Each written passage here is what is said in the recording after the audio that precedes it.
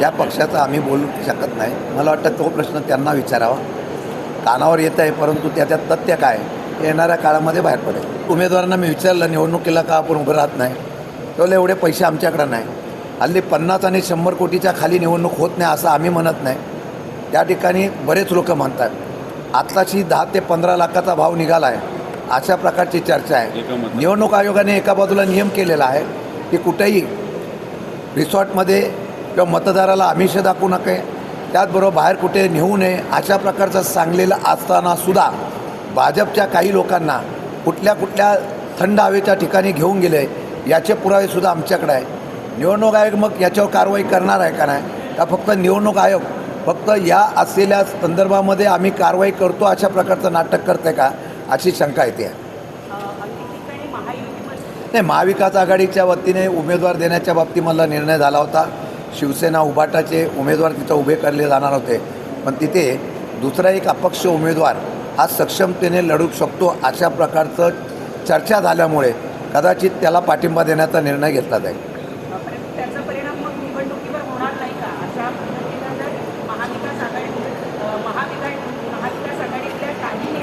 सध्याचं आकडेवारी बघितल्यानंतरसुद्धा आम्ही लढतो आहे, आम्ही सक्षमतेने त्या ठिकाणी समोर जातो आहे.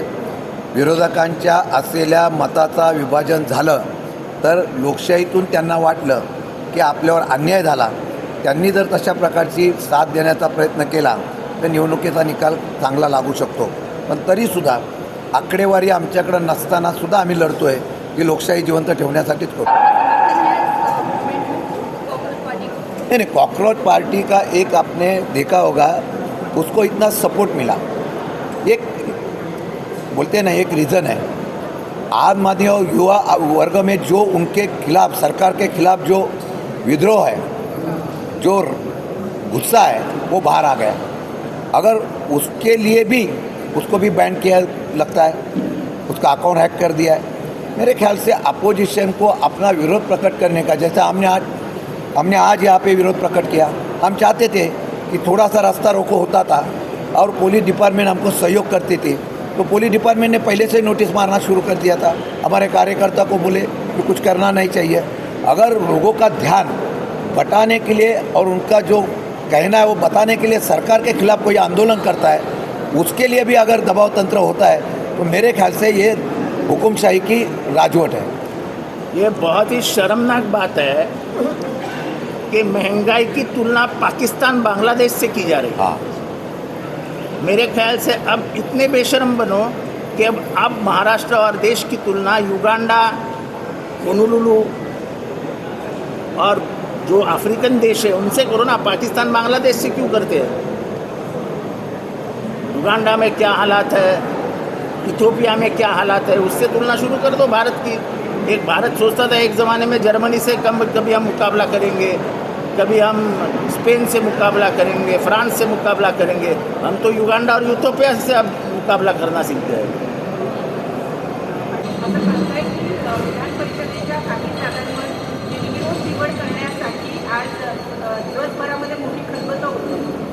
महायुतीमध्ये फार हलबल आहे असं दिसत नाही, परंतु या महायुतीमध्ये एक वाक्यता करण्याचा प्रयत्न करत असताना आपण जर बघितलं असेल तर अमरावती वगैरे या ठिकाणी काही फॉर्म बाद करण्यात आलेले आहे.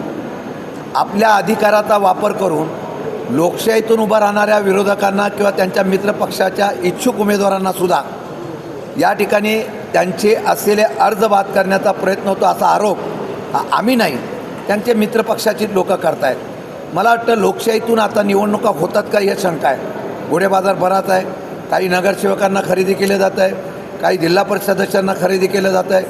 प्रचंड दबाव टाकला जातो आहे, तुम्ही आम्हाला मत दिलं नाही तर तुम्हाला विकासाची कामं दिली जाणार नाहीत. विरोधकांच्यावर सुद्धा दबाव टाकण्याचा प्रयत्न होतो आहे. मला वाटतं की लोकशाहीतून निवडणुका होत आहेत या विषयावर आमचा आता विश्वास नाही. तरीसुद्धा सक्षम विरोधी पक्ष म्हणून आम्ही उमेदवार उभे केलेले आहेत. जिथे आम्हाला वाटतं या निवडणुका बिनविरोध करण्याचा सरकारचा प्रयत्न असला तरी महाविकास आघाडीने आपले उमेदवार उभे करून तिथं त्यांना निवडणुकीला आम्ही समर्थपणे समोर जातो.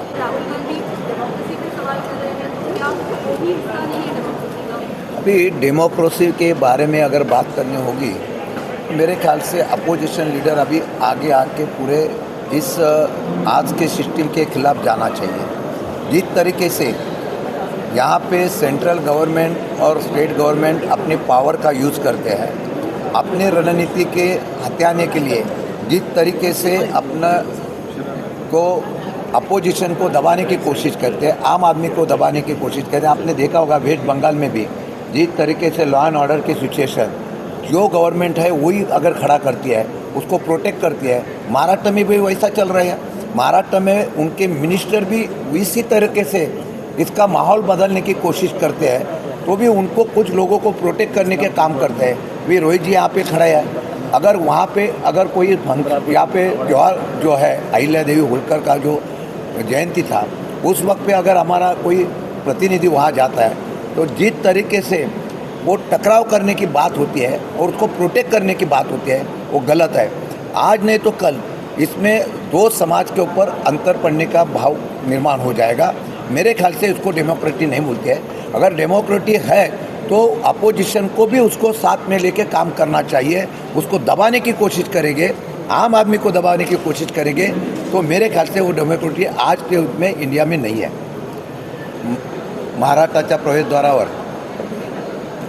केंद्र आणि राज्य सरकारच्या चुकीच्या धोरणामुळे सामान्य जनतेवर होणाऱ्या महागाई आणि त्याचबरोबर डिझेल पेट्रोल गॅसच्या तुटवड्यामध्ये सरकारचं लक्ष वेधून घेण्यासाठी महाविकास आघाडी आणि राष्ट्रवादी काँग्रेस शरद पवार पक्षाच्या वतीने आज सुप्रियाताई सुळे, जितेंद्र आव्हाड, जयंत पाटील, रोहित पवार,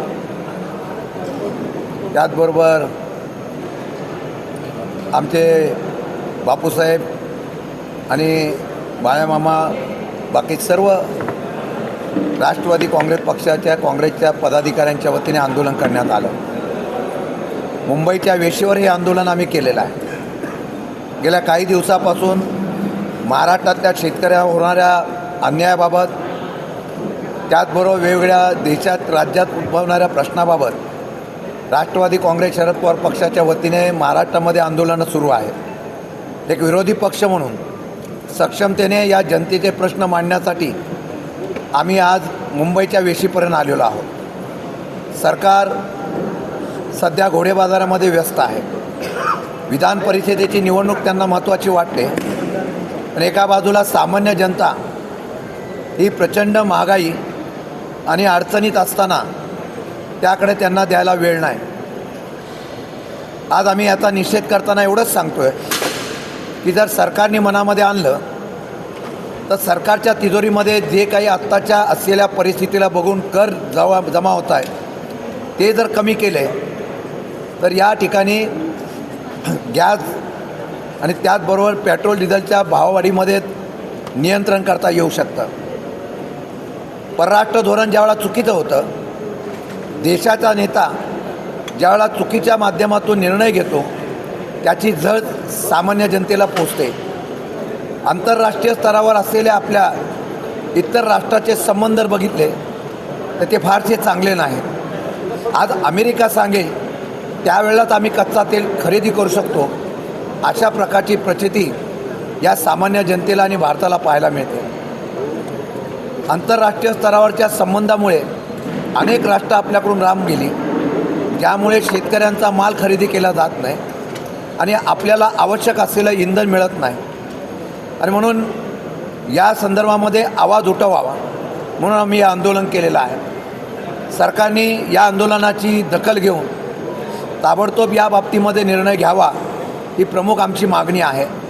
आणि ती मागणी करत असताना आज आम्हाला प्रत्येकाला पोलीस खात्याच्या वतीने लोकशाही माध्यमातून केलेल्या आंदोलनाला बळाचा वापर करून थांबवण्याचा प्रयत्न केलेला आहे। कार्यकर्त्यांना नोटिसा दिलेल्या आहेत, रस्ता जाम करून टाकलेला आहे, तरीसुद्धा या ठिकाणी कार्यकर्ते सगळे नेते जनतेच्या प्रश्नावर रस्ता उतरले, आंदोलन केलेलं आहे।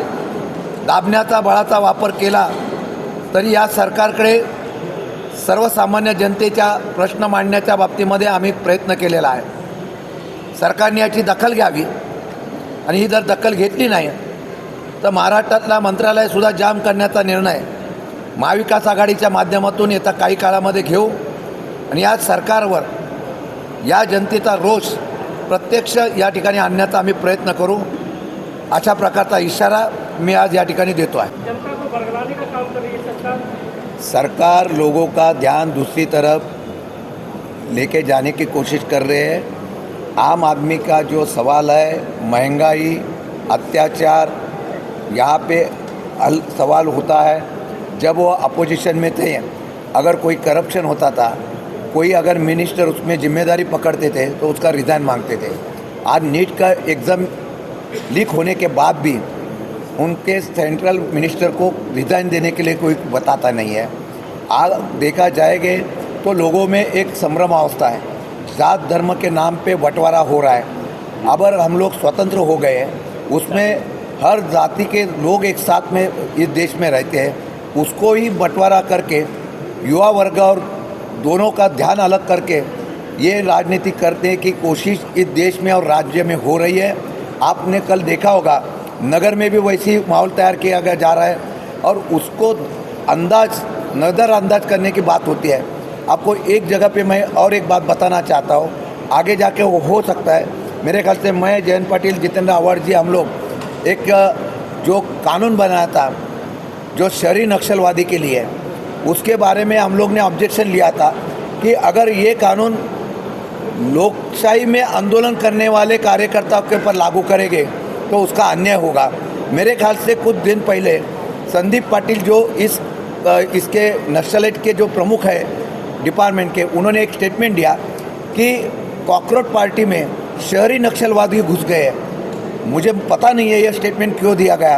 अगर डायरेक्ट डिक्लेरेशन करने के पहले अगर उसका कोई प्रूफ मिलता था उसके ऊपर होगा तो मुझे लगता था, लेकिन लोकशाही में किसी ने अगर ऐलान किया है और उसके ऊपर अगर उसके ज्वाइन करने के बाद अगर मेरे ख्याल से उस प्रतिनिधि अभी महाराष्ट्र में आने वाले हैं, दिल्ली में आने वाले हैं, उसको अगर नक्सली तैयार करने जाएंगे, किसका उसके साथ संबंध दिखाएंगे, तो मेरे ख्याल से उसको मुक्का लगाने का कोशिश है, कानून में तय है। तो अगर कोई कानून लगाने की कोशिश करेंगे तो मेरे ख्याल से अपोजिशन में कोई आंदोलन करने की बात करेंगे तो उसके ऊपर अन्याय होगा। यही तंत्र आपने जो बोला है कि देश में और महाराष्ट्र में चल रहा है। 26मध्ये सोनं विकण्याचं काम RBIने केलेली, देशाची इकॉनॉमिक आर्थिक परिस्थिती इतकी खालावली होती आणि ती म्हणजे त्याच्यात तोलामोलाचं काहीतरी आणण्यासाठी म्हणून देशाचं सोनं स्वातंत्र्यानंतर पहिल्यांदा विकण्यात आलं। देशाचं सोनं विकलेलं आहे 1,20,000 कोटी। तसंच नवी मुंबईचे वनमंत्री यांनी संत गतीने कारवाई केल्यामुळे 2800 कोटी रुपयाचा TDR ठाण्यामध्ये जनरेट झाला। 2800 कोटी रुपयाचा त्यांना न्याय आणि विधी खात्याने सुप्रीम कोर्टामध्ये जाण्याची परवानगीच दिली नाही। ह्याच्यामध्ये कोण इन्व्हॉल्व आहे माहीत नाही, पण चुकीच्या कारणांमुळे 50 वर्ष चाललेला खटला वनखातं विरुद्ध D दयाबाई याच्यामध्ये वनखात्याला परवानगी न मिळाल्यामुळे ठाणे महानगरपालिकेला आयती संधी मिळाली। ठाणे महानगरपालिका कारण नसताना याच्यामध्ये पडली आणि सर्व साधून आता 2800 कोटी रुपयाचा TDR हा विकला जाणार आहे।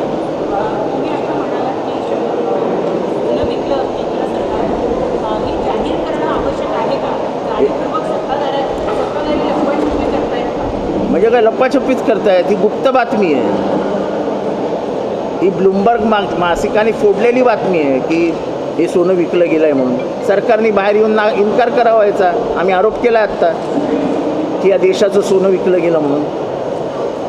आणि या देशामध्ये ही परिस्थिती स्वातंत्र्यानंतर पहिल्यांदा आली। देशाची आर्थिक परिस्थिती खराब काय पहिल्यांदा झालेली नाही, पण इतकी खराब कधीच नव्हती हे याच्यावरनं सिद्ध होतं।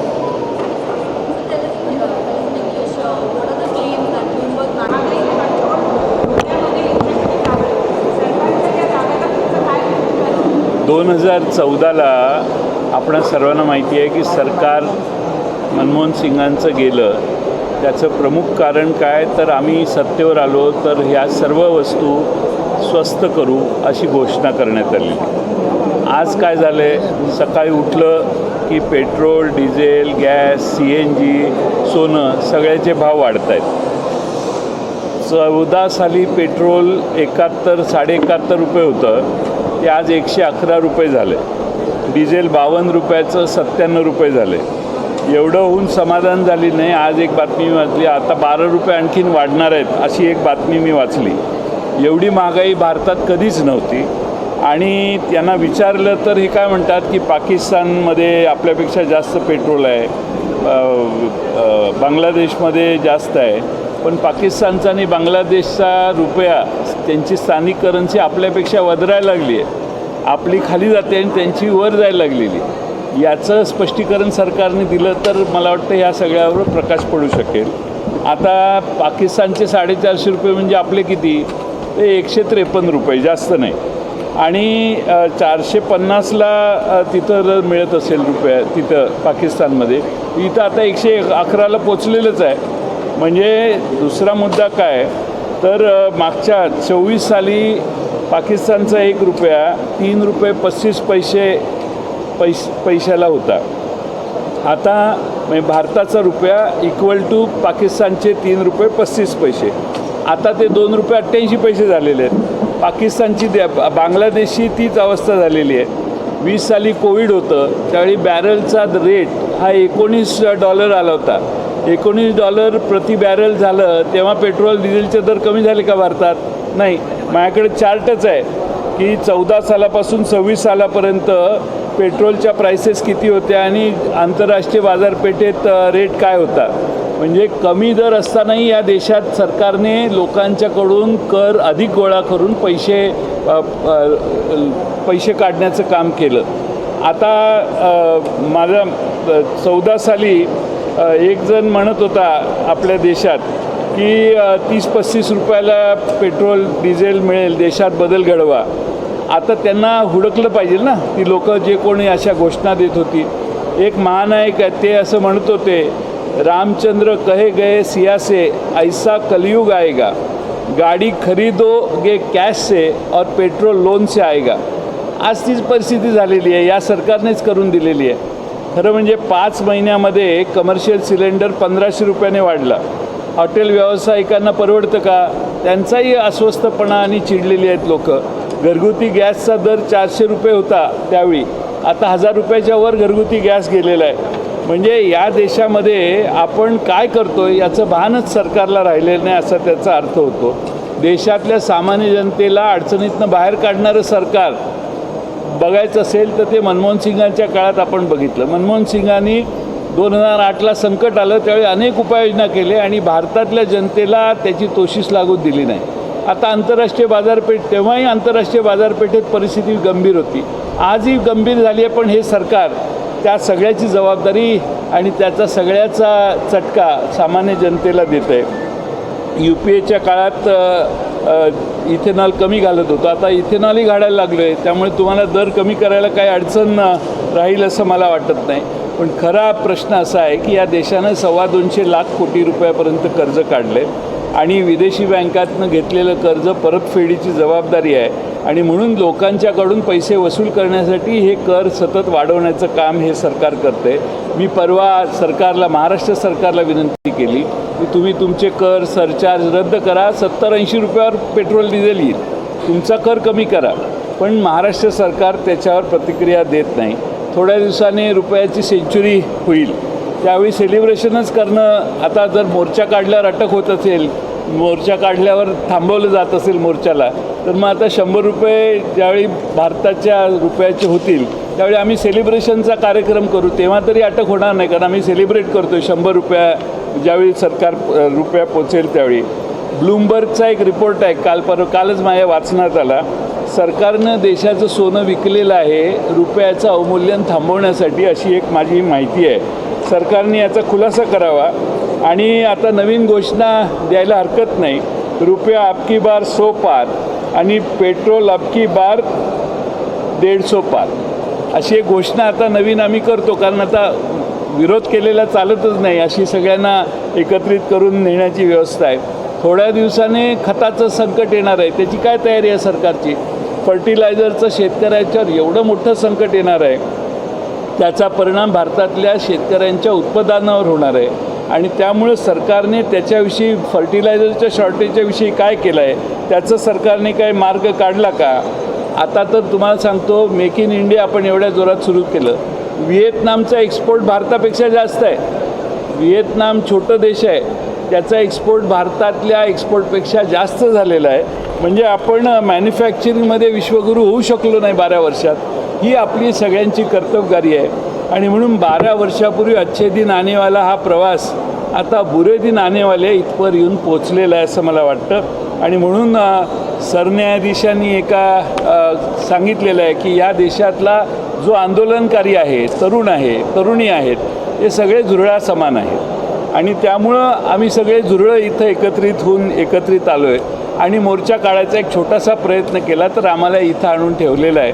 आणि म्हणून माझी आपणामार्फत महाराष्ट्रातल्या आणि देशातल्या जनतेला विनंती आहे, महागाईला सर्वांनीच सहन करायची गरज नाही. तुमचे खिशेत 20 आणि 30 हजार रुपयाच्या महिन्याचा पगार असणाऱ्या लोकांना तर माझं आव्हान आहे की आता आपल्या संसार चालवणं अशक्य झालेलं आहे आणि सरकार तर सतत आपल्यावर महागाई थोपवते आहे. त्याचं प्रतिनिधित्व करण्यासाठी राष्ट्रवादी काँग्रेसनं आजचा मोर्चा काढला. आणि तुम्हा सर्वांची 26मध्ये सोनं विकण्याचं काम RBIने केलेली. देशाची आर्थिक परिस्थिती इतकी खालावली होती आणि ती म्हणजे त्याच्यात तोलामोलाचं काहीतरी आणण्यासाठी म्हणून देशाचं सोनं स्वातंत्र्यानंतर पहिल्यांदा विकण्यात आलं. देशाचं सोनं विकलेलं आहे. 1,20,000 कोटी. तसंच नवी मुंबईचे वनमंत्री यांनी संथगतीने कारवाई केल्यामुळे 2800 कोटी रुपयाचा TDR ठाण्यामध्ये जनरेट झाला. 2800 कोटी रुपयाचा. त्यांना न्याय आणि विधी खात्याने सुप्रीम कोर्टामध्ये जाण्याची परवानगीच दिली नाही. ह्याच्यामध्ये कोण इन्व्हॉल्व आहे माहीत नाही, पण चुकीच्या कारणांमुळे 50 वर्ष चाललेला खटला वनखातं विरुद्ध D दयाबाई याच्यामध्ये वनखात्याला परवानगी न मिळाल्यामुळे ठाणे महानगरपालिकेला आयती संधी मिळाली. ठाणे महानगरपालिका कारण नसताना याच्यामध्ये पडली आणि सर्व साधून आता 2800 कोटी रुपयाचा TDR हा विकला जाणार आहे.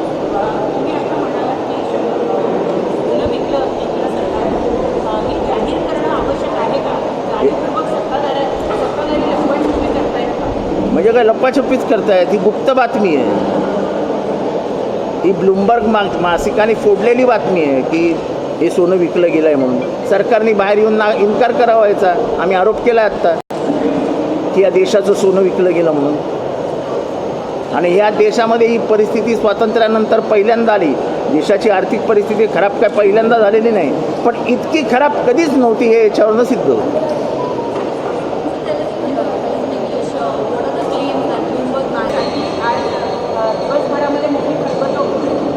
महायुतीमध्ये फार हलबल आहे असं दिसत नाही, परंतु या महायुतीमध्ये एकवाक्यता करण्याचा प्रयत्न करत असताना आपण जर बघितलं असेल तर अमरावती वगैरे या ठिकाणी काही फॉर्म बाद करण्यात आलेले आहेत. आपल्या अधिकाराचा वापर करून लोकशाहीतून उभा राहणाऱ्या विरोधकांना किंवा त्यांच्या मित्रपक्षाच्या इच्छुक उमेदवारांना सुद्धा या ठिकाणी त्यांचे असलेले अर्ज बाद करण्याचा प्रयत्न होतो असा आरोप आम्ही नाही, त्यांचे मित्रपक्षाचीच लोक करतायत.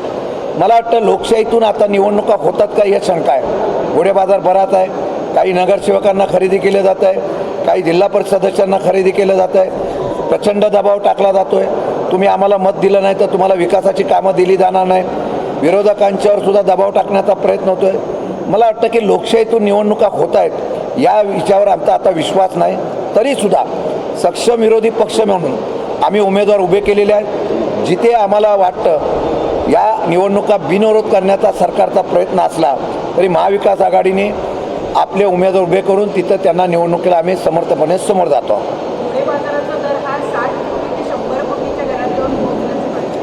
बऱ्याच उमेदवारांना मी विचारलं निवडणुकीला का आपण उभं राहत नाही, तर एवढे पैसे आमच्याकडे नाही. हल्ली 50 आणि 100 कोटीच्या खाली निवडणूक होत नाही असं आम्ही म्हणत नाही. त्या ठिकाणी बरेच लोक म्हणतात. आत्ताची 10 ते 15 लाखाचा भाव निघाला आहे अशा प्रकारची चर्चा आहे. निवडणूक आयोगाने एका बाजूला नियम केलेला आहे की कुठेही रिसॉर्टमध्ये किंवा मतदाराला आमिष दाखवू नये, त्याचबरोबर बाहेर कुठे नेऊ नये अशा प्रकारचं सांगलेलं असतानासुद्धा भाजपच्या काही लोकांना कुठल्या थंड हवेच्या ठिकाणी घेऊन गेले याचे पुरावेसुद्धा आमच्याकडे आहे. निवडणूक आयोग मग याच्यावर कारवाई करणार आहे का नाही, का फक्त निवडणूक आयोग फक्त या असलेल्या संदर्भामध्ये आम्ही कारवाई करतो अशा प्रकारचं नाटक करते का, अशी शंका येते. ठिकाणी महायुतीमध्ये मोठ्या प्रमाणावर बंडखोरी झाल्याचं बघायला मिळतंय. तर नाशिकमध्ये महाविकास आघाडीच्या वतीनं उमेदवारच नाही. महाविकास आघाडीच्या वतीने उमेदवार देण्याच्या बाबतीत मला निर्णय झाला होता. शिवसेना उभाटाचे उमेदवार तिथं उभे करले जाणार होते, पण तिथे दुसरा एक अपक्ष उमेदवार हा सक्षमतेने लढू शकतो अशा प्रकारचं चर्चा झाल्यामुळे कदाचित त्याला पाठिंबा देण्याचा निर्णय घेतला जाईल. त्याचा परिणाम मग निवडणुकीवर होणार नाही का? अशा पद्धतीनं जर महाविकास आघाडी उमेदवार देत नसेल तर महाविकास आघाडीतल्या काही नेत्यांचं सध्याचं आकडेवारी बघितल्यानंतरसुद्धा आम्ही लढतोय, आम्ही सक्षमतेने त्या ठिकाणी समोर जातोय. विरोधकांच्या असलेल्या मताचा विभाजन झालं तर लोकशाहीतून त्यांना वाटलं की आपल्यावर अन्याय झाला, त्यांनी जर तशा प्रकारची साथ देण्याचा प्रयत्न केला तर निवडणुकीचा निकाल चांगला लागू शकतो. पण तरीसुद्धा आकडेवारी आमच्याकडं नसतानासुद्धा आम्ही लढतोय की लोकशाही जिवंत ठेवण्यासाठीच करतोय. राज्यसभेच्या एका जागेवर आता निवडणूक होणार आहे येत्या कालावधीमध्ये. सुनेत्र पवार यांची रिकामी झालेली जागा आहे, त्याच्यावर आता निवडणूक लागणार आहे. विधान परिषदेमध्ये राष्ट्रवादीमध्ये मोठ्या प्रमाणात वादविवाद झाले. आता राज्यसभेच्या जागेवरून सुद्धा वाद होताना दिसतो. या पक्षाचा आम्ही बोलू शकत नाही. मला वाटतं तो प्रश्न त्यांना विचारावा. कानावर येत आहे, परंतु त्याच्यात तथ्य काय हे येणाऱ्या काळामध्ये बाहेर पडेल. महाराष्ट्राच्या प्रवेशद्वारावर केंद्र आणि राज्य सरकारच्या चुकीच्या धोरणामुळे सामान्य जनतेवर होणाऱ्या महागाई आणि त्याचबरोबर डिझेल पेट्रोल गॅसच्या तुटवड्यामध्ये सरकारचं लक्ष वेधून घेण्यासाठी महाविकास आघाडी आणि राष्ट्रवादी काँग्रेस शरद पवार पक्षाच्या वतीने आज सुप्रियाताई सुळे, जितेंद्र आव्हाड, जयंत पाटील, रोहित पवार, त्याचबरोबर आमचे बापूसाहेब आणि बाळामामा, बाकी सर्व राष्ट्रवादी काँग्रेस पक्षाच्या काँग्रेसच्या पदाधिकाऱ्यांच्या वतीने आंदोलन करण्यात आलं. मुंबईच्या वेशीवर हे आंदोलन आम्ही केलेलं आहे. गेल्या काही दिवसापासून महाराष्ट्रातल्या शेतकऱ्यावर होणाऱ्या अन्यायाबाबत, त्याचबरोबर वेगवेगळ्या देशात राज्यात उद्भवणाऱ्या प्रश्नाबाबत राष्ट्रवादी काँग्रेस शरद पवार पक्षाच्या वतीने महाराष्ट्रामध्ये आंदोलनं सुरू आहेत. एक विरोधी पक्ष म्हणून सक्षमतेने या जनतेचे प्रश्न मांडण्यासाठी आम्ही आज मुंबईच्या वेशीपर्यंत आलेलो आहोत. सरकार सध्या घोडेबाजारामध्ये व्यस्त आहे. विधान परिषदेची निवडणूक त्यांना महत्त्वाची वाटते, पण एका बाजूला सामान्य जनता ही प्रचंड महागाई आणि अडचणीत असताना त्याकडे त्यांना द्यायला वेळ नाही. आज आम्ही आता निषेध करताना एवढंच सांगतोय की जर सरकारने मनामध्ये आणलं तर सरकारच्या तिजोरीमध्ये जे काही आत्ताच्या असलेल्या परिस्थितीला बघून कर जमा होत आहे ते जर कमी केले तर या ठिकाणी गॅस आणि त्याचबरोबर पेट्रोल डिझेलच्या भाववाढीमध्ये नियंत्रण करता येऊ शकतं. परराष्ट्र धोरण ज्यावेळा चुकीचं होतं, देशाचा नेता ज्यावेळा चुकीच्या माध्यमातून निर्णय घेतो त्याची झळ सामान्य जनतेला पोचते. आंतरराष्ट्रीय स्तरावर असलेल्या आपल्या इतर राष्ट्राचे संबंध बघितले तर ते फारसे चांगले नाही. आज अमेरिका सांगेल त्यावेळेलाच आम्ही कच्चा तेल खरेदी करू शकतो, अशा प्रकारची प्रचिती या सामान्य जनतेला आणि भारताला पाहायला मिळते. आंतरराष्ट्रीय स्तरावरच्या संबंधामुळे अनेक राष्ट्र आपल्याकडून लांब गेली, ज्यामुळे शेतकऱ्यांचा माल खरेदी केला जात नाही आणि आपल्याला आवश्यक असलेलं इंधन मिळत नाही. आणि म्हणून या संदर्भामध्ये आवाज उठवावा म्हणून आम्ही आंदोलन केलेलं आहे. सरकारने या आंदोलनाची दखल घेऊन ताबडतोब या बाबतीमध्ये निर्णय घ्यावा ही प्रमुख आमची मागणी आहे आणि ती मागणी करत असताना आज आम्हाला प्रत्येकाला पोलीस खात्याच्या वतीने लोकशाही माध्यमातून केलेल्या आंदोलनाला बळाचा वापर करून थांबवण्याचा प्रयत्न केलेला आहे। कार्यकर्त्यांना नोटिसा दिलेल्या आहेत, रस्ता जाम करून टाकलेला आहे, तरीसुद्धा या ठिकाणी कार्यकर्ते सगळे नेते जनतेच्या प्रश्नावर रस्ता उतरले, आंदोलन केलेलं आहे। दाबण्याचा बळाचा वापर केला तरी या सरकारकडे सर्वसामान्य जनतेच्या प्रश्न मांडण्याच्या बाबतीमध्ये आम्ही प्रयत्न केलेला आहे। सरकारने याची दखल घ्यावी आणि ही जर दखल घेतली नाही तर महाराष्ट्रातला मंत्रालयसुद्धा जाम करण्याचा निर्णय महाविकास आघाडीच्या माध्यमातून येत्या काही काळामध्ये घेऊ आणि या सरकारवर या जनतेचा रोष प्रत्यक्ष या ठिकाणी आणण्याचा आम्ही प्रयत्न करू, अशा प्रकारचा इशारा मी आज या ठिकाणी देतो आहे। की सरकार मनमोहन सिंगांचं गेलं त्याचं प्रमुख कारण काय तर आम्ही सत्तेवर आलो तर ह्या सर्व वस्तू स्वस्त करू अशी घोषणा करण्यात आली। आज काय झालं आहे, सकाळी उठलं की पेट्रोल, डिझेल, गॅस, CNG, सोनं सगळ्याचे भाव वाढत आहेत। 14 साली पेट्रोल 71-71.5 रुपये होतं, ते आज 111 रुपये झालं। डिझेल 52 रुपयाचं 97 रुपये झाले। एवढं होऊन समाधान झाली नाही। आज एक बातमी मी वाचली, आता 12 रुपये आणखीन वाढणार आहेत अशी एक बातमी मी वाचली। एवढी महागाई भारतात कधीच नव्हती आणि त्यांना विचारलं तर हे काय म्हणतात की पाकिस्तानमध्ये आपल्यापेक्षा जास्त पेट्रोल आहे, बांगलादेशमध्ये जास्त आहे, पण पाकिस्तानचा आणि बांगलादेशचा रुपया त्यांची स्थानिक करन्सी आपल्यापेक्षा वधारायला लागली आहे, आपली खाली जाते आणि त्यांची वर जायला लागलेली। याचं स्पष्टीकरण सरकारने दिलं तर मला वाटतं ह्या सगळ्यावर प्रकाश पडू शकेल। आता पाकिस्तानचे 450 रुपये म्हणजे आपले किती, ते 153 रुपये, जास्त नाही। आणि 450ला तिथं मिळत असेल रुपये तिथं पाकिस्तानमध्ये, इथं आता 111ला पोचलेलंच आहे। म्हणजे दुसरा मुद्दा काय तर मागच्या 24 साली पाकिस्तानचा 1 रुपया 3 रुपये 35 पैशाला होता। आता म्हणजे भारताचा रुपया इक्वल टू पाकिस्तानचे 3 रुपये 35 पैसे, आता ते 2 रुपये 88 पैसे झालेले आहेत। पाकिस्तानची बांगलादेशची तीच अवस्था झालेली आहे। 20 साली कोविड होतं, त्यावेळी बॅरलचा रेट हा $19 आला होता। $19 प्रति बॅरल झालं तेव्हा पेट्रोल डिझेलचे दर कमी झाले का भारतात? नाही। माझ्याकडे चार्टच आहे की 14 सालापासून 26 सालापर्यंत पेट्रोलच्या प्राइसेस किती होत्या आणि आंतरराष्ट्रीय बाजारपेठेत रेट काय होता। म्हणजे कमी दर असतानाही या देशात सरकारने लोकांच्याकडून कर अधिक गोळा करून पैसे काढण्याचं काम केलं। आता माझा 14 साली एक जण म्हणत होता आपल्या देशात की 30-35 रुपयाला पेट्रोल डिझेल मिळेल, देशात बदल घडवा। आता त्यांना हुडकलं पाहिजे ना की लोक जे कोणी अशा घोषणा देत होती। एक महानायक आहे ते असं म्हणत होते, रामचंद्र कहे गए सिया से ऐसा कलयुग आएगा, गाड़ी खरीदोगे कॅश से और पेट्रोल लोन से आएगा। आज तीच परिस्थिती झालेली आहे, या सरकारनेच करून दिलेली आहे। खरं म्हणजे 5 महिन्यामध्ये कमर्शियल सिलेंडर 1500 रुपयाने वाढला। हॉटेल व्यावसायिकांना परवडतं का? त्यांचाही अस्वस्थपणा आणि चिडलेली आहेत लोक। घरगुती गॅसचा दर 400 रुपये होता त्यावेळी, आता 1000 रुपयाच्या वर घरगुती गॅस गेलेला आहे। म्हणजे या देशामध्ये आपण काय करतोय याचं भानच सरकारला राहिलेलं नाही असा त्याचा अर्थ होतो।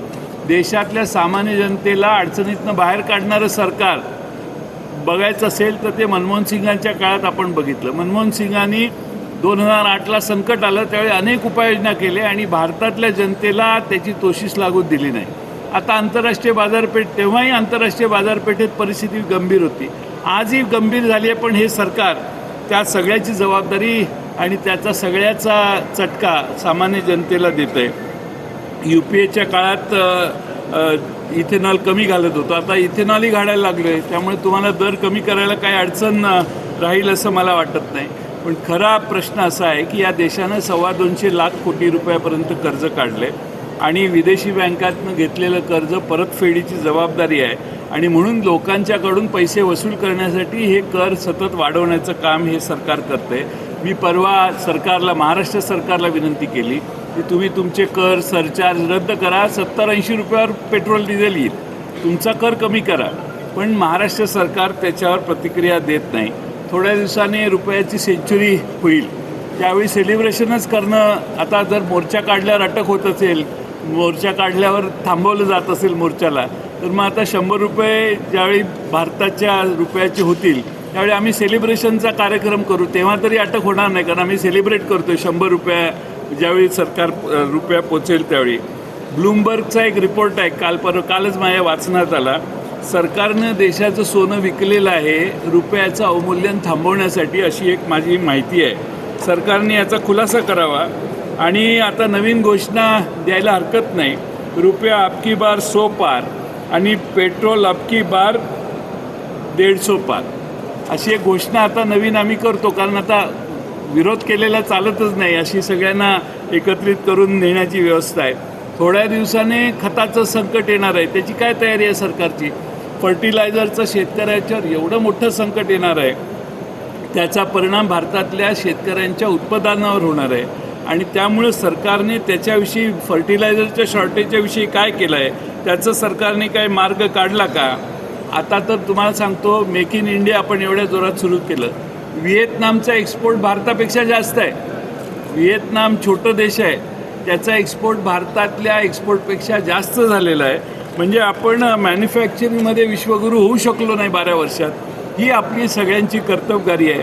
आणि म्हणून 12 वर्षापूर्वी अच्छे दिन आनेवाला हा प्रवास आता बुरे दिन आनेवाले इथपर येऊन पोचलेला आहे असं मला वाटतं.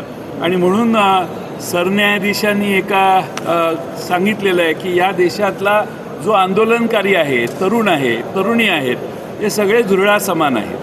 आणि त्यामुळं आम्ही सगळे झुरळं इथं एकत्रित आलो आहे आणि मोर्चा काढायचा एक छोटासा प्रयत्न केला तर आम्हाला इथं आणून ठेवलेला आहे. आणि म्हणून माझी आपणामार्फत महाराष्ट्रातल्या आणि देशातल्या जनतेला विनंती आहे, महागाईला सर्वांनीच सहन करायची गरज नाही. तुमचे खिशे 20 आणि 30 हजार रुपयाच्या महिन्याचा पगार असणाऱ्या लोकांना तर माझं आव्हान आहे की आता आपल्या संसार चालवणं अशक्य झालेलं आहे आणि सरकार तर सतत आपल्यावर महागाई थोपवते आहे. त्याचं प्रतिनिधित्व करण्यासाठी राष्ट्रवादी काँग्रेसनं आजचा मोर्चा काढला आणि तुम्हा सर्वांची, महाराष्ट्रातल्या जनतेची साथ या प्रश्नाविषयी आम्हाला मिळावी आणि महाराष्ट्रातल्या सरकारचे डोळे, देशातल्या सरकारचे डोळे उघडावेत अशी आम्ही तुम्हाला सगळ्यांना विनंती करू इच्छितो. ब्लूमबर्ग या मॅगझिननी दिलेल्या अहवालामध्ये या देशाचं मे 26मध्ये सोनं विकण्याचं काम RBIने केलेली. देशाची आर्थिक परिस्थिती इतकी खालावली होती आणि ती म्हणजे त्याच्यात तोलामोलाचं काहीतरी आणण्यासाठी म्हणून देशाचं सोनं स्वातंत्र्यानंतर पहिल्यांदा विकण्यात आलं. देशाचं सोनं विकलेलं आहे 1,20,000 कोटी. तसंच नवी मुंबईचे वनमंत्री यांनी संतगतीने कारवाई केल्यामुळे 2800 कोटी रुपयाचा TDR ठाण्यामध्ये जनरेट झाला. 2800 कोटी रुपयाचा. त्यांना न्याय आणि विधी खात्याने सुप्रीम कोर्टामध्ये जाण्याची परवानगीच दिली नाही. ह्याच्यामध्ये कोण इन्व्हॉल्व आहे माहीत नाही, पण चुकीच्या कारणांमुळे 50 वर्ष चाललेला खटला वनखातं विरुद्ध D दयाबाई याच्यामध्ये वनखात्याला परवानगी न मिळाल्यामुळे ठाणे महानगरपालिकेला ती संधी मिळाली. ठाणे महानगरपालिका कारण नसताना याच्यामध्ये पडली आणि सर्व साधून आता 2800 कोटी रुपयाचा TDR हा विकला जाणार आहे. पर magazine in its latest edition has clearly stated that India has sold gold worth 1 lakh crores or something, but 1 crore. India has never sold its gold, the reserves, which tells the truth of the economic health of our country. So to tell us about today's protest, massive protest was seen, several leaders have joined and are also been detained. The country is going through economical crisis. In few days we will have no diesel and petrol available in our country. The foreign policies have dumped our nation. We were friendly to Iraq just because of the pressure from America. We are not able to do anything. We have become the absolute slaves of American policy. America, the new imperialism which has been brought by America, and we are pressurized because of that. And we are into a very bad state.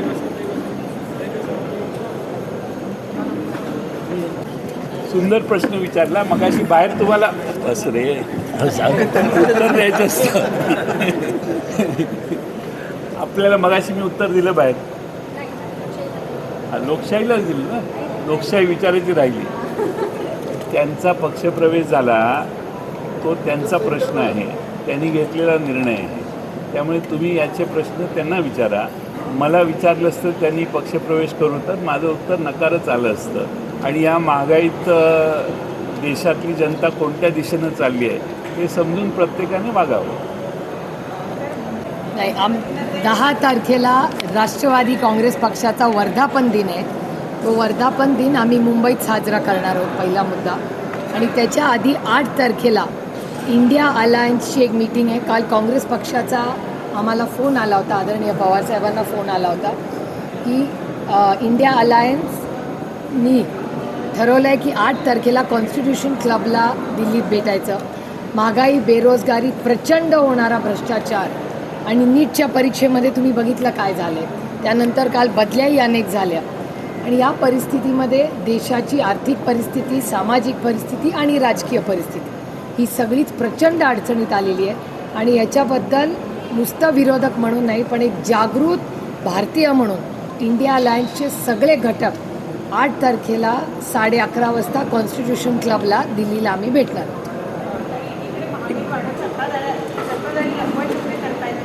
म्हणजे काय लप्पाछप्पीच करताय? ती गुप्त बातमी आहे. ही Bloomberg मासिकाने फोडलेली बातमी आहे की हे सोनं विकलं गेलं आहे म्हणून. सरकारने बाहेर येऊन इन्कार करावा याचा. आम्ही आरोप केला आत्ता की या देशाचं सोनं विकलं गेलं म्हणून. आणि या देशामध्ये ही परिस्थिती स्वातंत्र्यानंतर पहिल्यांदा आली. देशाची आर्थिक परिस्थिती खराब काय पहिल्यांदा झालेली नाही, पण इतकी खराब कधीच नव्हती हे याच्यावरनं सिद्ध होतं.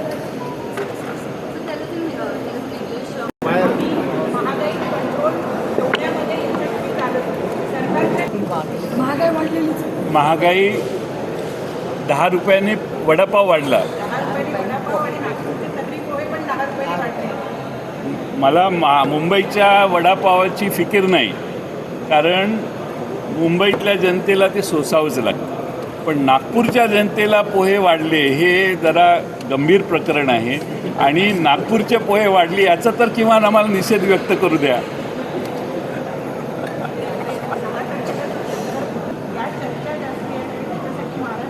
सगळे डायव्हर्जन टॅक्टिक्स आहेत. तुम्ही बघा आता या MLCच्या 3 दिवसाच्या इलेक्शनमध्ये लातूर, हिंगोलीला काय परिस्थिती आहे, पेट्रोल डिझेल मिळतंय का नाही, त्या बातम्या कमी झाल्या. त्याच्यामुळे सगळं डायव्हर्जन टॅक्टिक्स आहेत. Don't get distracted.